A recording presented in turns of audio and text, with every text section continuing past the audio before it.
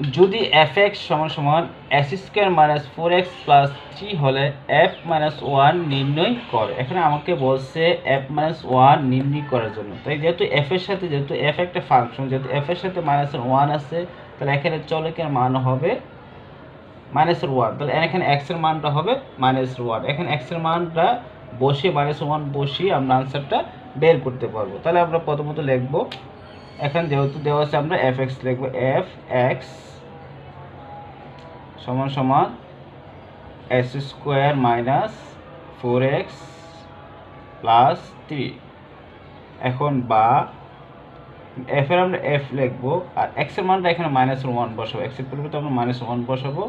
x এর পরিবর্তে আমরা -1 পাওয়ার আছে স্কয়ার -4, x এর পরিবর্তে লিখব -1 + 3।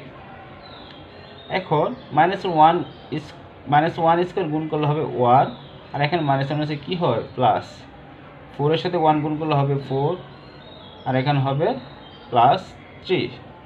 এখন যোগ করলে কত হয়, 4 5 3 8, তাহলে এটা आंसर হবে 8 হবে।